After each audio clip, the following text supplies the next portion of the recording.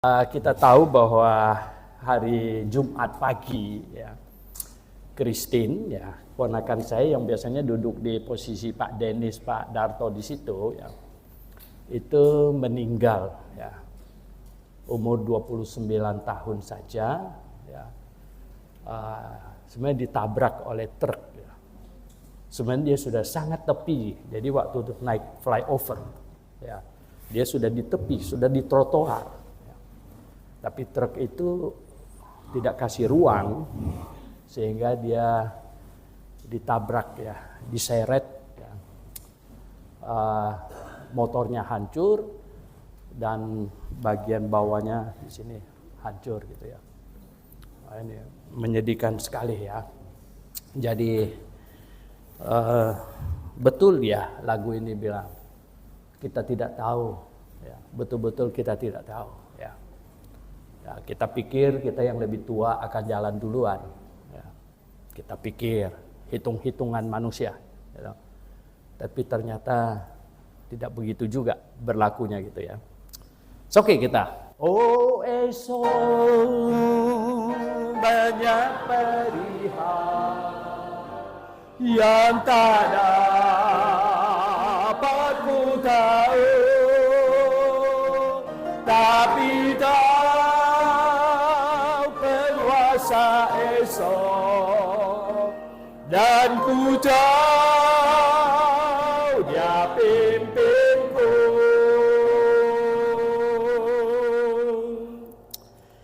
Oke, mari kita baca Alkitab kita. Saya ingin mengajak membaca kitab Yudas, ya. Kita membaca surat Yudas, ya. Dari ayat 20 sampai 23. Surat Yudas hanya satu pasal sebelum Wahyu. Ya. Sebelum Wahyu, kita baca surat Yudas dari ayat 20 ya, sampai 23 bersama-sama. Mari, 1, 2, 3.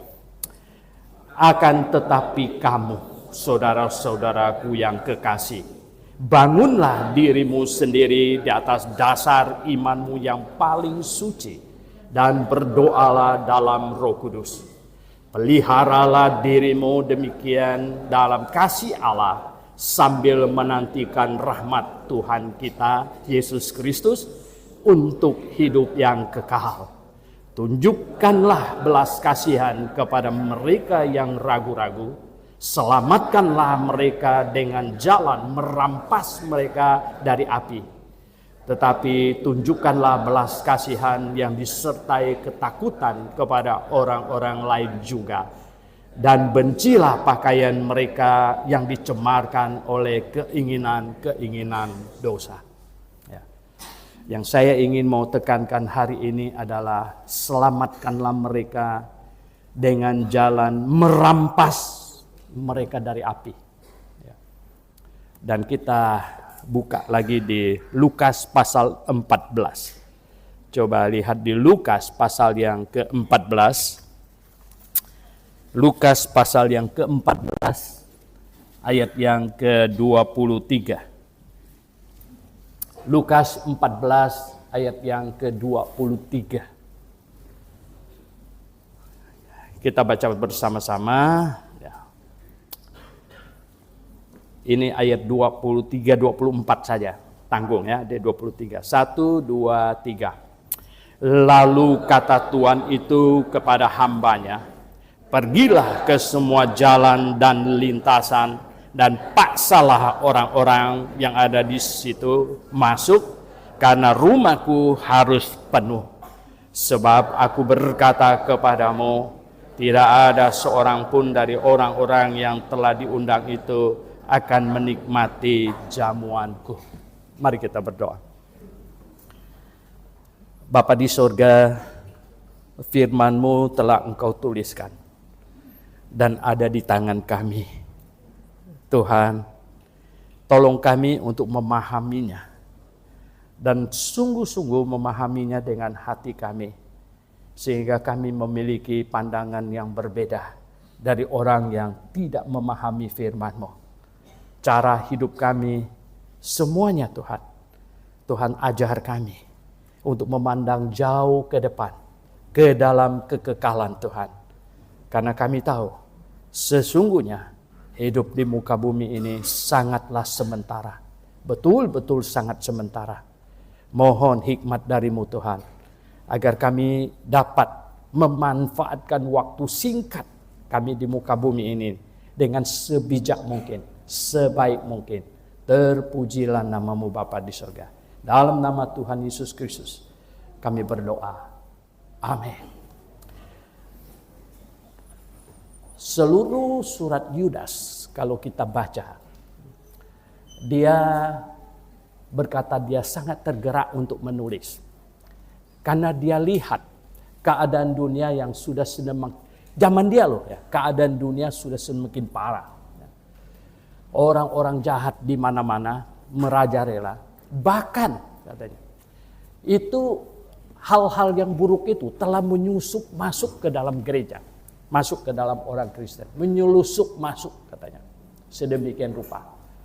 Dan ya, jelas mereka ini bukan orang yang lahir baru, bukan orang yang selamat. Dan akhirnya Yudas berkata, mereka perlu dibawa kembali, mereka perlu diselamatkan, mereka adalah orang-orang yang patut dikasihani. Kadang-kadang mereka tidak tahu apa yang akan terjadi. Dan Yudas berkata, kita harus berusaha sedemikian rupa. Ya. Seperti katanya, seperti apa? Merampas mereka dari api. Ya. Merampas mereka dari api. Nah, jemaat yang saya kasih dalam Tuhan Yesus, sebenarnya bukan cuma Yudas yang berkata demikian. Nah, tadi kita kembali lagi baca di dalam Lukas pasal yang ke-14 tadi, ayat 23-24. Nah, kita tahu cerita di atas sebelumnya adalah di mana Tuhan Yesus mengumpamakan ada raja yang mau bikin pesta. Dan suruh dia punya suruhan pergi mengundang orang-orang yang sudah dia pastikan ini diundang. Ternyata ya, penuh dengan alasan. Yang satu nggak mau datang, beginilah, begitulah dan sebagainya. Ya toh. Sedangkan katanya pesta sudah ready, sudah siap. Akhirnya raja itu berkata apa? Pergi ke persimpangan jalan, pergi ke mana-mana itu, pasar-pasar semuanya. Apa? Paksa mereka masuk. Nah, saudara yang saya kasih dalam Tuhan Yesus, kata paksa mereka masuk ini, ya, sebenarnya di dalam bahasa aslinya tidak demikian. Ya. Seperti domba, kalau mau dimasukkan dalam kandang, ditaruh pagar di sini, ditaruh pagar ke sana, maka dia akan masuk, gitu. Ya, karena dihalangi, sebenarnya dibentuk ya, atau dihalangin supaya dia masuk, begitu. Nah, di sini sebenarnya memperlihatkan betapa Tuhan mau orang selamat, betapa Tuhan mau orang selamat. Itulah sebabnya kita tidak setuju dengan Calvinis yang percaya orang-orang tertentu sudah dikutuk oleh Tuhan sejak dalam kekekalan tanpa sebab untuk masuk ke neraka. Kita bilang tidak, karena di dalam 1 Timotius jelas-jelas dikatakan bahwa Tuhan menginginkan supaya tidak ada orang yang binasa, supaya semuanya bisa diselamatkan. Dan hari ini kita membaca betapa keinginan Tuhan agar semua orang bisa diselamatkan. Bahkan melalui Yudas dituliskan, kita seperti seolah-olah merampas mereka dari api. Bayangkan. Nah, saudara yang saya kasih dalam Tuhan Yesus Kristus. Ya, kadang-kadang ya, anak-anak Tuhan tidak menganggap hal ini urgen. Ya, tidak menganggap. Sepertinya kita terlalu santai dan kita tidak merasa ini sesuatu yang sangat urgen. Mungkin karena kita tidak merasakan betapa hebatnya, dahsyatnya api neraka itu. Kalau kita baca di dalam Wahyu pasal 20, itu api kekal selamanya di situ, saudara yang saya kasih dalam Tuhan. Ya, kalau kita punya saudara, kita punya anak, kita punya orang tua segala macam, jangankan pergi ke api yang demikian, saudara.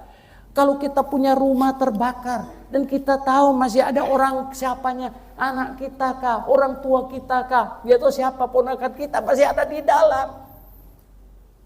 Saya pikir Kita di sini pasti banyak yang pilih kita terobos. Ya, kita terobos, ya, dan kita berusaha untuk menyelamatkannya. Kenapa? Karena api itu nyata, ya. Api itu nyata di depan kita. Kita lihat, ya. Saya mengalami beberapa kali kebakaran sebenarnya. Ya. Dulu waktu saya masih jadi gembala GKJ, ya, itu selang satu rumah yang sekolah musik itu terbakar itu. Ya, sayang sekali ada banyak piano yang cakep-cakep angus semuanya gitu ya. Sayang sekali. Dan selisih satu rumah saya gitu loh. Waduh, waktu itu saya masih muda. Saya jadi kayak pemadam kebakaran. Saya ikut naik ke atas atap segala macam gitu. Ya, karena takut dia apinya lari ke tempat saya gitu. Dan yang kedua kali terjadi kebakaran tahu nggak? Di sini nih. Persis yang sekarang dipakai Alfamart, ya. Ya. Kebakaran, ya kita di situ atas. Bayangkan, ya kita lebih cekatan dari pemadam kebakaran. Waktu itu saya jadi komandannya sampai itu. Takut dia merembes ke sini, ya. Oh, pemadam kebakarannya lambat. Saya teriak-teriakin ya. Akhirnya mahasiswa semuanya turun jadi anggota pemadam kebakarannya. Ngambil dia punya, semuanya tuh tembak dari atas segala macam itu. Ya. Waduh, saudara yang saya kasih dalam Tuhan. Kenapa? Nah kita merasakan urgensinya. Ya. Kenapa? Apinya panas sekali itu ya dong. 5 meter tuh gak bisa deket loh. Ya. Kamu bisa bayangkan ya. Waduh saya bilang ngeri sekali ya dong. Semprot habis semuanya. Nah saudara, kenapa orang Kristen kadang-kadang ya toh kita merasa santai dan kita tidak merasa urgen, kita tidak merasa waduh ya ini sesuatu yang harus ini, tidak bisa tidak ini ya. Karena kita tidak melihat apinya. Ya, kita tidak melihat apinya. Kita cuma baca di Alkitab.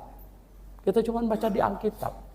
Dan konyolnya, biasanya orang Kristen tidak begitu mempercayai yang Alkitab katakan. Nah, ada orang konyol yang cerita dia sudah pergi ke neraka, balik lagi baru semuanya gini. Oh, gitu. Padahal yang lebih benar adalah kita baca yang dinyatakan oleh Alkitab. Nggak perlu dia turun ke neraka dan balik lagi cerita sama kita. Alkitab katakan inilah yang paling benar. Alkitab katakan. Ya. Bayangkan ya. Api neraka sebenarnya di dalam Alkitab tidak dibuat untuk manusia. Tidak dibuat untuk manusia. Di mana statement Alkitab mengenai itu? Coba kita lihat ya. Matius ya, Injil Matius sekarang. Injil Matius pasal yang ke-25. Di situ ada. Injil Matius pasal yang ke-25 ya. Di ayat yang ke-41. Ini statement Alkitab yang menyatakan bahwa neraka bukan dibuat untuk manusia sebenarnya. Ya, Matius 25 ayat 41 katanya. Dan kalau kita baca bunyinya demikian. Ya. Dan ia akan berkata juga kepada mereka yang di sebelah kirinya, nyala dari hadapanku, hai kamu orang-orang terkutuk, nyala ke dalam api yang kekal, yang telah sedia untuk iblis dan malaikat-malaikatnya. Jadi neraka itu dibuat untuk iblis dan malaikat-malaikatnya, bukan dibuat untuk manusia.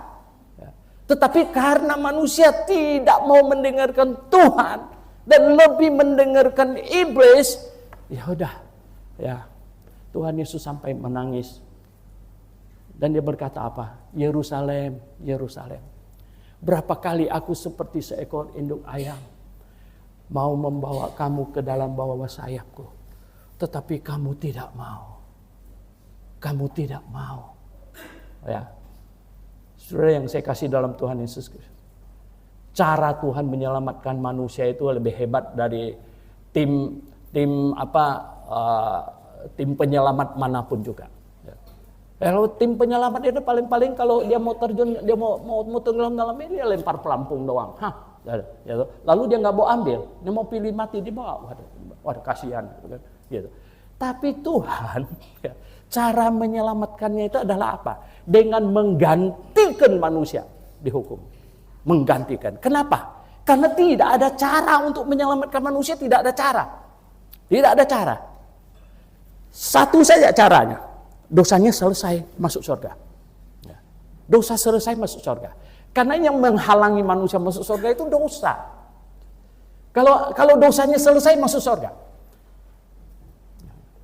Surga tempat yang maha kudus. Tidak bisa dimasuki oleh dosa sekecil apapun. Allah pribadi yang maha kudus. Tidak terhampiri oleh manusia yang dosanya sekecil apapun. Tidak bisa.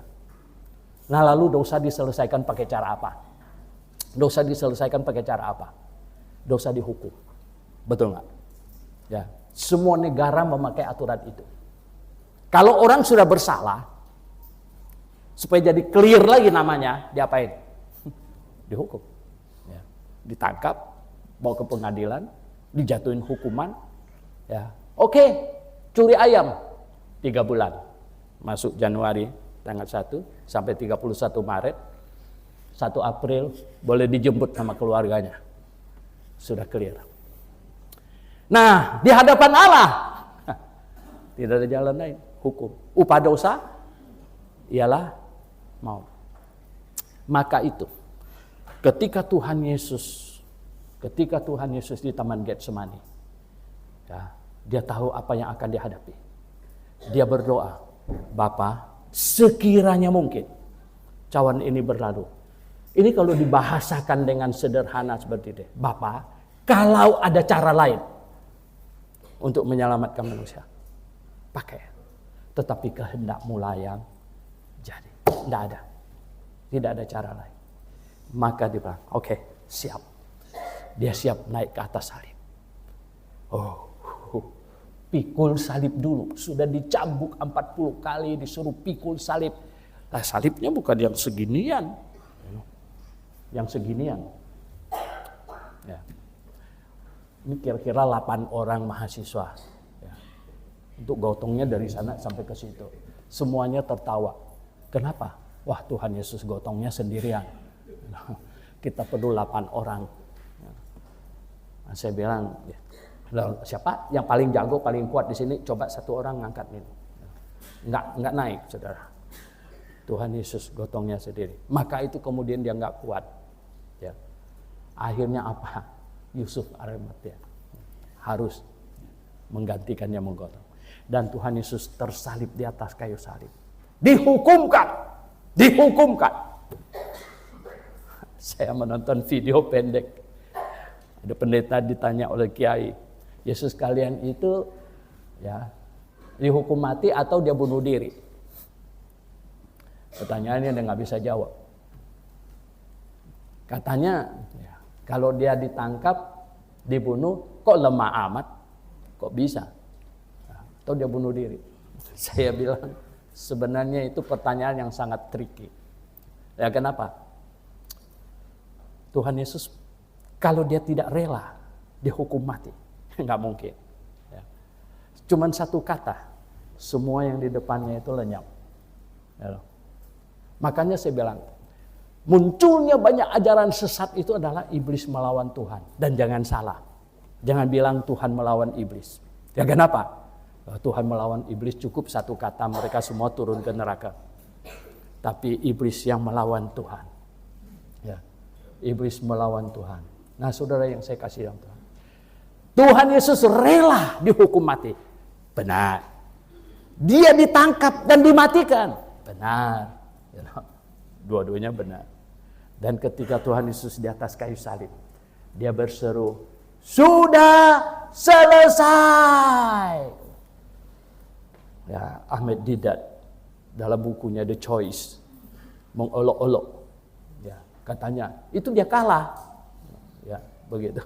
Oh, bukan kalah, sudah selesai pekerjaan. Dosa seisi dunia dari Adam sampai dosa manusia yang terakhir ditaruh ke atas dirinya dan dihukum mati. Dosa kita semua. Di situ masuk dosa saya. Gimana? Dosa Anda juga? Amin. Ya, dosa Anda juga. Saya kira Anda nggak masuk itu. Ya, dosa saya, dosa Anda ditaruh di situ, dihukumkan. Sehingga apa? Dosa seisi dunia selesai. Orang yang hidup sebelum penyalibannya dari Adam, Nuh, Abraham, ya, Daud segala macam. Dosanya dihitung selesai kalau bertobat dan percaya kepada juru selamat yang akan datang. Yang akan datang. Ya. Belum datang, akan datang. Dan kita yang hidup sesudah penyaliban Yesus Kristus. Gimana kita diselamatkan? Sama. Jalannya cuma satu. Bertobat, percaya kepada Juru Selamat yang sudah datang. Dihukumkan menggantikan kita. Jadi apa beda kita dengan Abraham? Abraham percaya Juru Selamat yang akan datang. Kita percaya Juru Selamat yang sudah datang. Juru Selamat cuma satu. Nggak mungkin dua. Nggak mungkin dua. Ketika saya mengatakan diri saya orang berdosa. Tuhan benar, saya orang berdosa. Dan engkau dihukumkan menggantikan saya.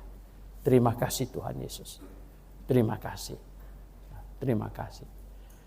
Sudah berapa kali saya ulang-ulang berkata.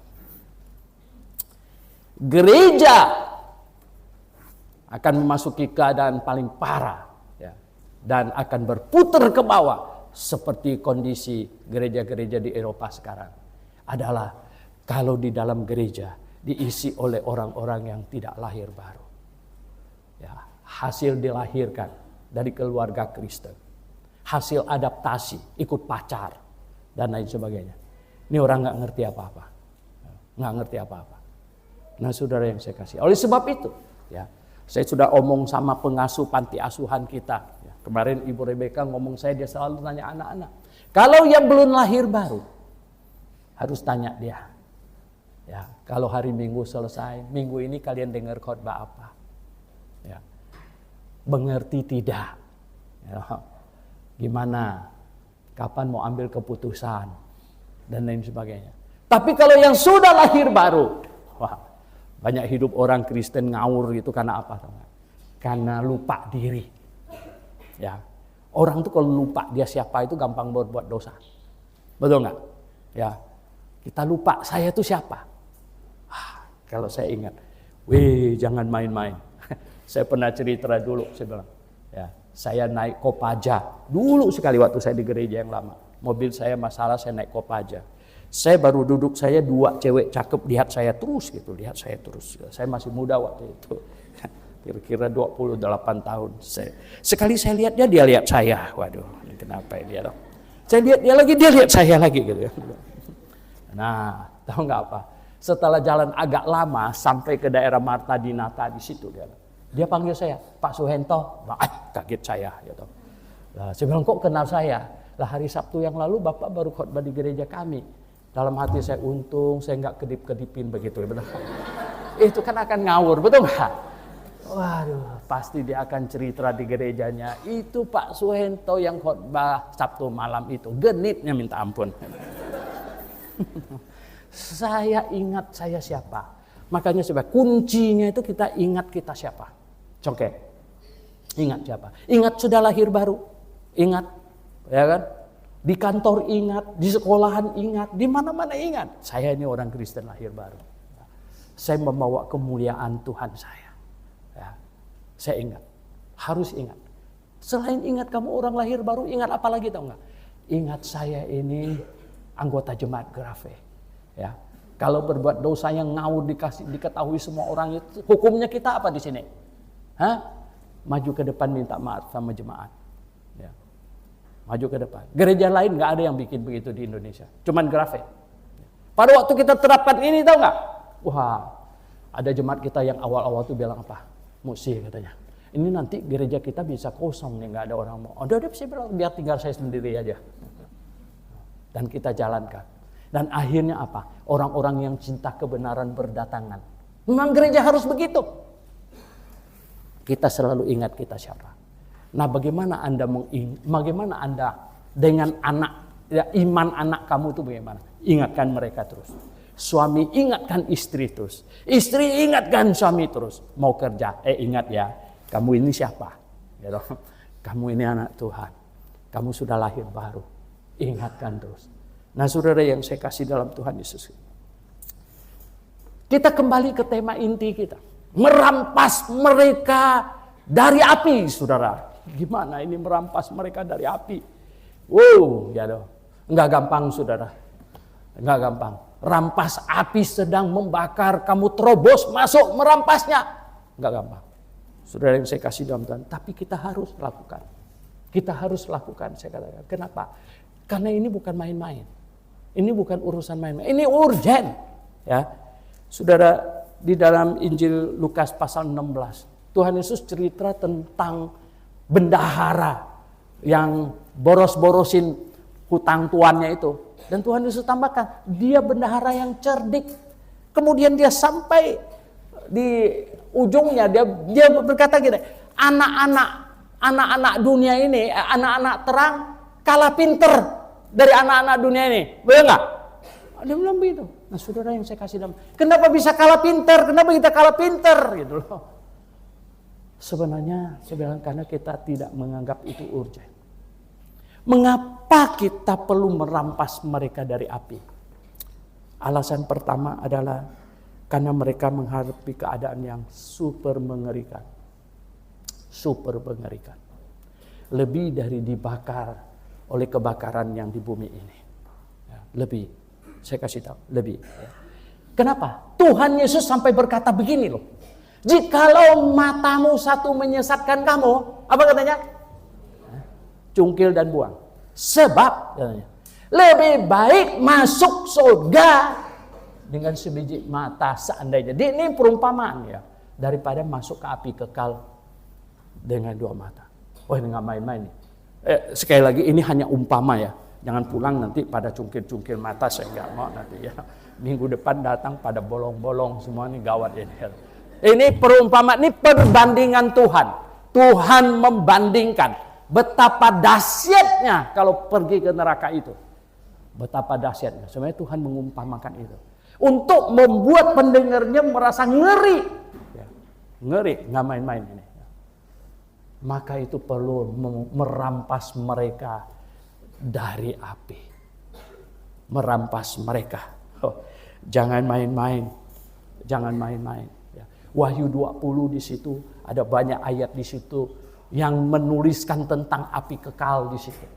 Wahyu pasal 20. Di mana katanya di dalam kitab Yesaya pasal terakhir 66 di situ juga sudah digambarkan. Di neraka itu katanya, apinya tidak padam, ulatnya tidak mati. Gimana ya? Saya sendiri tidak tahu dan saya belum pernah ke sana. Jangan bohong. Ya. Saya percaya apa yang diomongkan oleh Alkitab saja. Ya. Di situ dikatakannya ulatnya tidak mati, apinya tidak padam. Itu bagaimana keadaan? Oh, mengerikan saudara yang saya kasih dalam Tuhan. Mengerikan. Nah, itulah sebabnya kita perlu urgen, merasa ada urgensinya, ada apa? Bergegas dan sungguh hati. Karena kita tahu tempat itu mengerikan. Nah, jangan sampai ada orang yang kita kasihi masuk ke sana. Jangan sampai. Ya. Kita perlu cek-cek mereka. Kita perlu cek-cek mereka. Bagaimana cara mengecek orang supaya dia sungguh-sungguh lahir baru atau belum? Ya ditanya. Betul nggak? Kita nggak ada tes orang lahir baru, nggak pakai tes pen di sini. Enggak, bukan begitu. Nggak bisa. Kita pakai tanya dia. Tahu nggak pertanyaan yang paling cocok itu apa? Tanya, kalau mati sekarang kamu pergi kemana? Yakin nggak? Mati sekarang pergi kemana? Ya, saya sering kali naik pesawat tanya orang yang di sebelah. Lagi kita ikat-ikat sabuk sekarang. Pak, kalau mesinnya nggak kuat ini, kira-kira Bapak gimana ini? Jangan ngomong itu dulu, jangan ngomong itu dulu. Dia ketakutan sekali. Dia ketakutan sekali ya. Padahal penting. Setelah ngomong agak lama, majelis dia. Ternyata takut sekali. Dia belum pasti. Cuman ada satu orang. Di sini masih ingat Pak Yusuf yang sudah meninggal, orang GBII. Ya, dulu dia ambil S2 kuliah di tempat kita. Satu hari tahu nggak apa? Dia hujan-hujan, dia tiba di depan, kemudian dia masuk. Dia ngomong, Pak Soeharto. Sebenarnya ada apa Pak? Saya ada cerita Pak. Ceritanya apa? Begini Pak. Tadi dia itu dari Cibubur sana, naik motor ke sini. Dia bilang, tadi sampai di bypass hujan lebat. Jadi berteduh katanya. Saya di kayak warung begitu berteduh. Nah, waktu hujan lagi lebat, berdiri saya satu perempuan. Dia bilang. Saya jadi tanya dia, saudari, dia bilang, setelah ngomong kenal segala macam, kalau mati sekarang gimana? Masuk surga atau neraka? Itu perempuan tuh jawab dengan, masuk surga dong. Wah, Pak Yusuf ini dia tertarik juga. Boleh saya tahu alasannya? Kan saya sudah percaya Tuhan Yesus dengan segenap hati. Oh ya, gitu. Jadi gimana? Dosa, kamu masih berdosa? Ya masih hidup di dunia ini, tapi dosa saya sudah ditanggung oleh Tuhan Yesus. Jadi yakin pasti masuk surga? Yakin. Dari mana kamu tahu ini semua? Saya sudah baca bukunya Pak Suhento. Yang judulnya Kapan Saja Saya Mati Saya Pasti Masuk Surga. Wah, Pak Yusuf bilang, nah sekarang saya mau pergi ketemu dia, gitu kan. Dia datang sini. Makanya dia baru parkir di depan di lobi itu, dia naik, dia teriak-teriak, Pak Suhento, Pak Suhento. Nah, saudara yang saya kasih dalam Tuhan, ya, dia sudah baca buku Kapan Saja Saya Mati Saya Pasti Masuk Surga. Indah sekali, saudara. Kita perlu memastikan orang-orang yang kita kasihi, kita perlu pastikan dia. Dia harus bisa memberi jawab, alasannya harus tepat. Ya, sesuai dengan Alkitab. Ini penting. Ya. Nah saudara yang saya kasih dalam Tuhan. Mereka tidak tahu keadaan mereka sedemikian parah. Maka kita perlu merampas mereka dari api. Ya. Aduh mengerikan. Itu alasan pertama. Alasan kedua apa tuh? Karena mereka terikat juga. Mungkin usaha akan lebih berat untuk melepaskan orang dari kobaran api sebuah rumah kalau dia terikat. Betul nggak? Ya kalau dia santai di situ, kita tinggal tarik tangannya bawa keluar, ya kan? Tapi kalau dia terikat, agak membutuhkan usaha. Saudara yang saya kasih dalam Tuhan, ya. Saya pikir khususnya orang Asia. Orang Asia itu mirip dengan gelas yang sudah ada isi. Ya. Kalau orang-orang di Eropa, kalau dia bukan Kristen, kalau ateis itu kayak gelas kosong, nggak ada isi. Ya. Tinggal kita yakinkan dia ada Tuhan, Alkitab dan sebagainya beres. Tapi orang Asia ini kayak gelas yang ada isinya. Isinya apa? Isinya sianida, ya loh. Yang warnanya dikamuflase kayak susu. Kita bilang sama dia, kalau kau minum ini, ya, kau lebih parah dari apa itu yang sekarang baru itu ya urusannya belum selesai juga itu ya loh. Ya. Kita bilang kalau kau minum ini, kau habis kamu. Tapi dia bilang, Pak, ini susu. Nah, aduh, itu bukan susu, ya, itu bukan susu.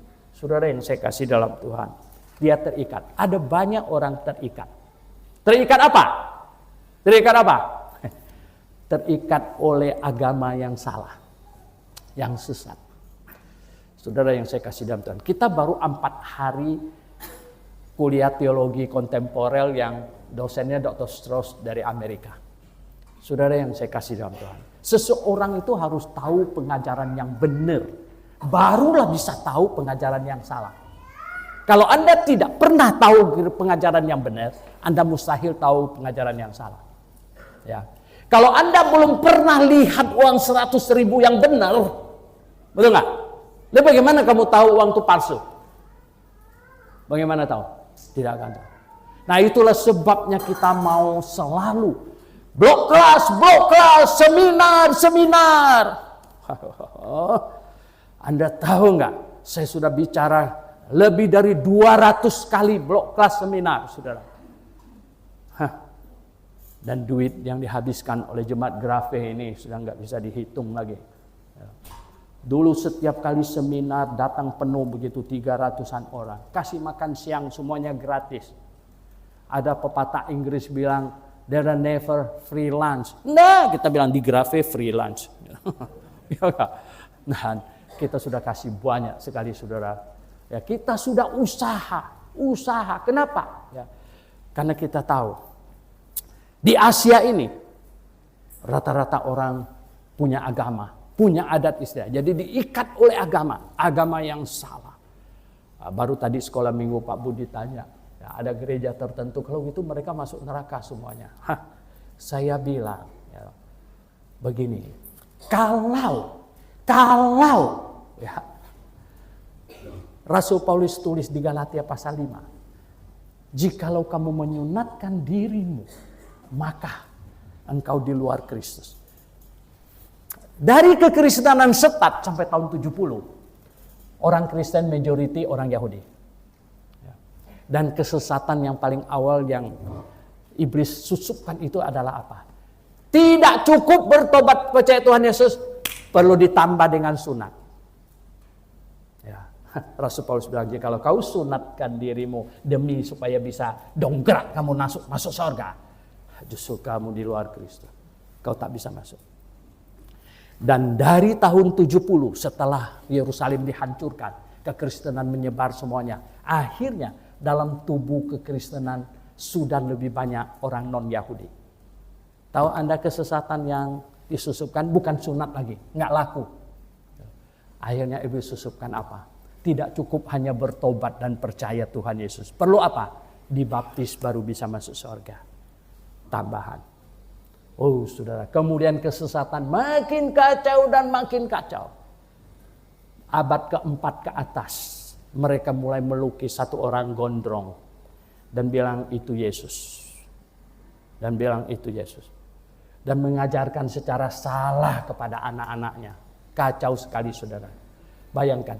Kamu bayangkan kalau anak kamu dari kecil, saya jadi korban juga. Itu Yesus.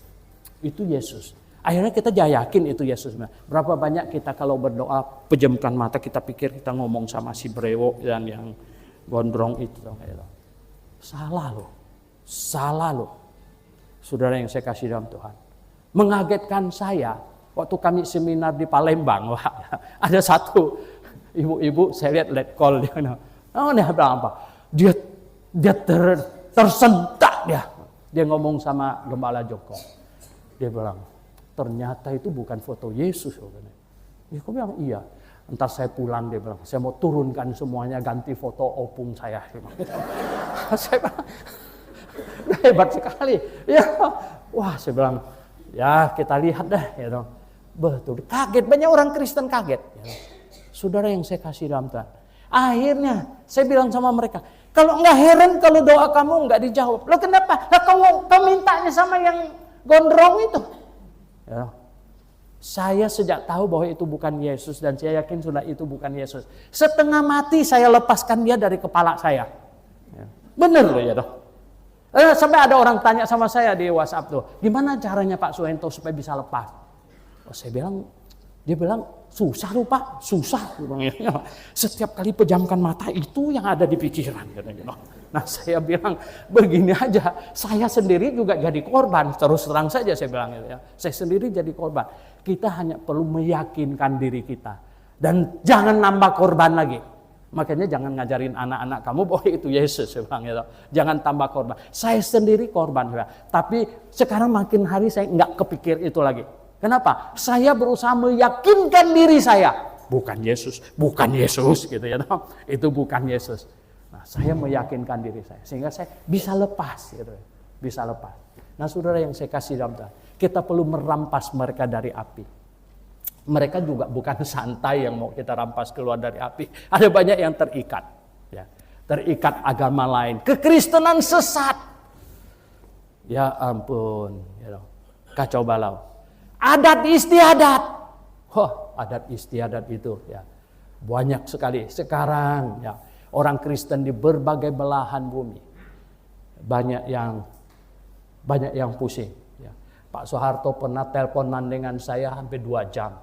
Dari Toraja, Pak dia bilang, saya ini perang sekarang perang. Saya perang apa? Ya memang dia TNI juga, tapi bukan perang pakai senjata gitu. Ya. Kenapa?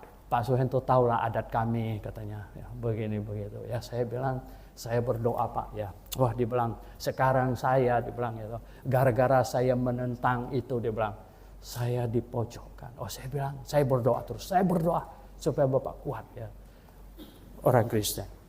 Diikat, ya ada banyak yang manusia di muka bumi ini diikat oleh agama yang sesat, diikat oleh kekristenan yang salah, yang menyimpang, diikat oleh adat istiadat, diikat oleh banyak hal sebenarnya. Oh jemaat yang saya kasih dalam Tuhan, kita perlu bebaskan mereka, ya.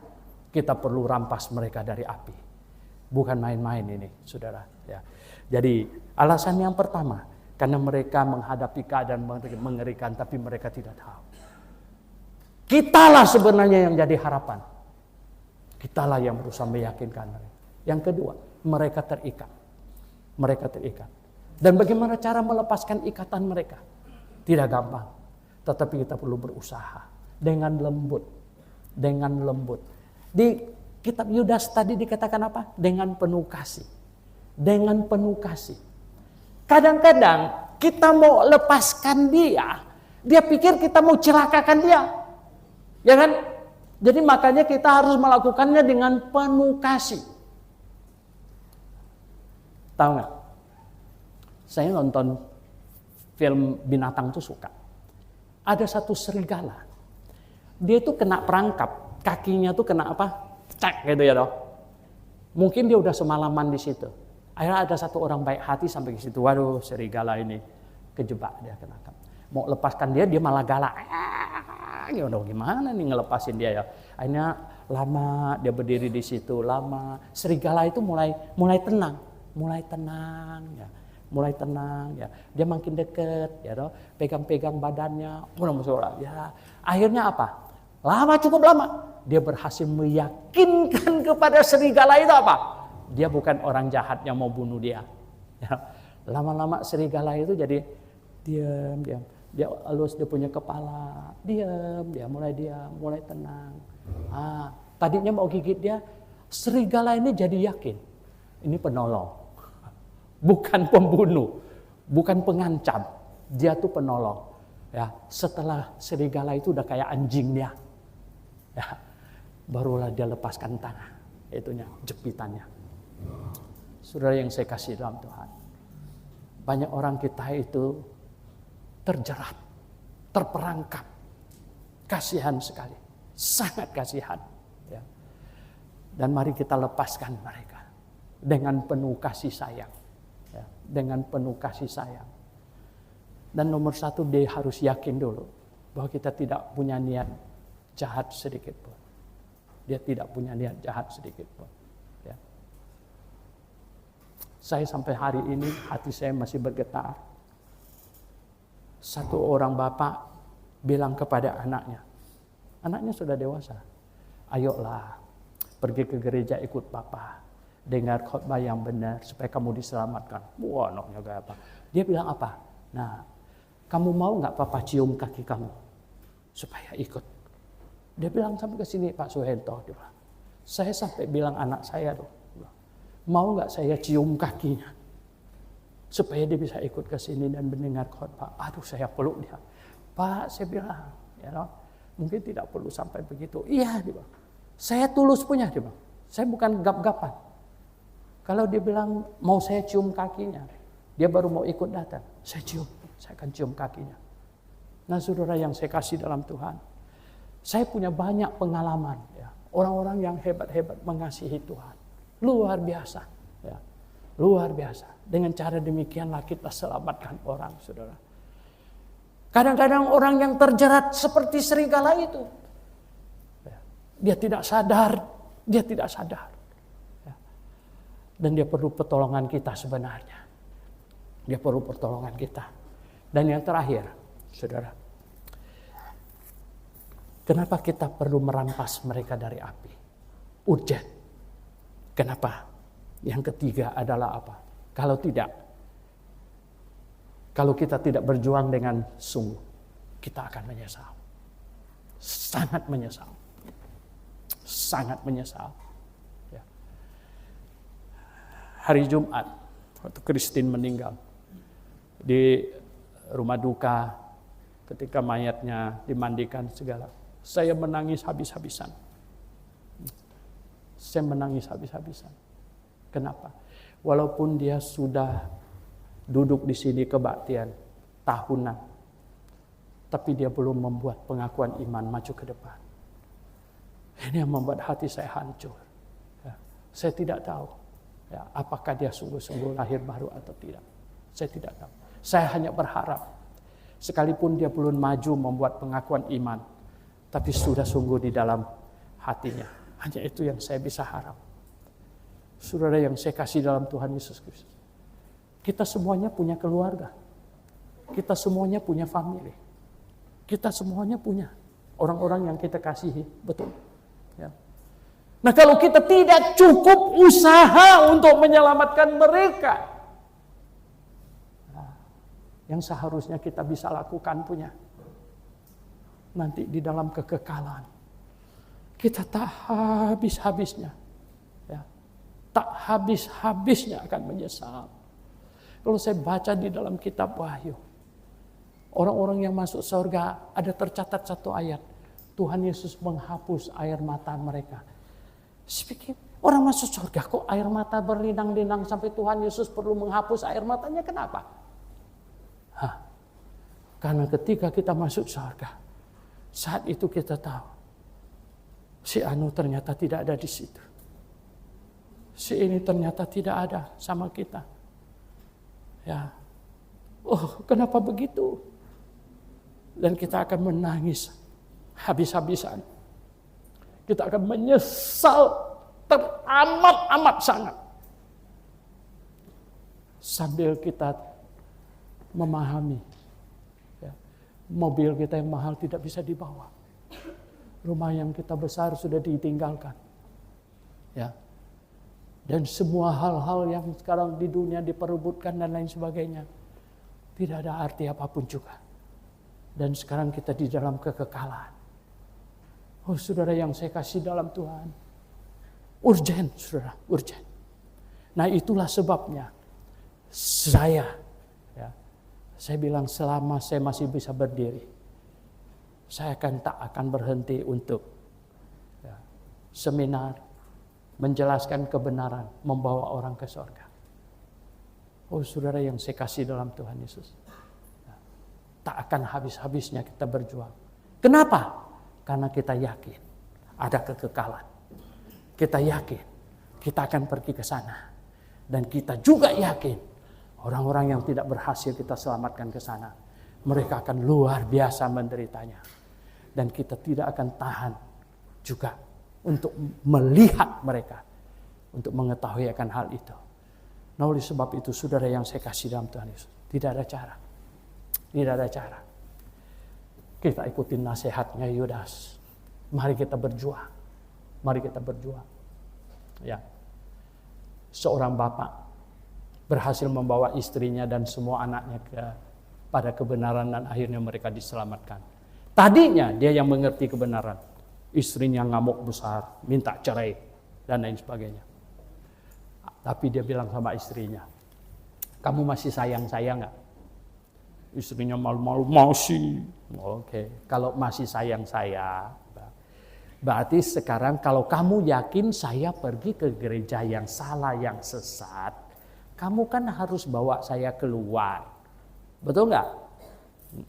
Nah, saya bilang, sekarang kita ada acara blok kelas 3 hari 2 malam di Cilember. Waktu itu, kamu ikut, ya. Dan kamu perhatikan, kalau ada saja satu kesalahan, saya tinggalkan ke Grafik. Istrinya, oke, deal. Datang istrinya, duduk paling depan, begini dia dengan catatan, nggak senyum sedikit pun.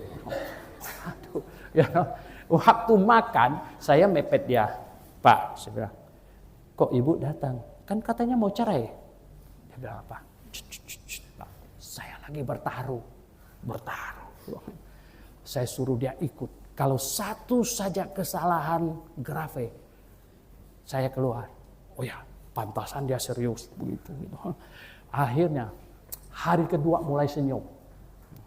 Hari ketiga senyumnya lebar. Waktu pulang Sabtu, ya toh. Ini kemudian saya dengar ceritanya. Hari Minggu pagi-pagi dia udah rapi. Dia bilang suaminya, "Pak, saya ikut ke gereja." Wow, tahu nggak? Saya tanya ceritanya gimana? Selesai seminar waktu pulang katanya dari Cilember turun bawa mobil, dia duduk samping. Saya tanya, "Ma, ada salah nggak?" Diam, nggak ngomong. Berarti nggak ada kan? Besoknya, gitu. Nah jemaat yang saya kasih dalam Tuhan Yesus Kristus, ya, kalau kita berusaha, ya. Dia bilang sama istrinya begini, "Saya itu sayang kamu. Saya tidak mungkin kasih kamu minum racun. Ya, tidak mungkin. Saya tidak mungkin. Justru saya sudah tahu ini benar. Ya, makanya saya ke sana. Dan sekarang mau ajak kamu. Ya. Oh, istrinya kan belum dengar. Tapi udah marah duluan. Suhento. Seluruh dunia cuma dia sendiri yang benar. Waduh, jangan ngomong begitu dulu. Kamu dengar dulu. Katanya. Begitu. Nah, saudara yang saya kasih dalam Tuhan Yesus. Itulah yang makanya kita seminar. Kita blok kelas. Ya. Kita berusaha apa? Merampas mereka dari api. Amin. Kita berdoa.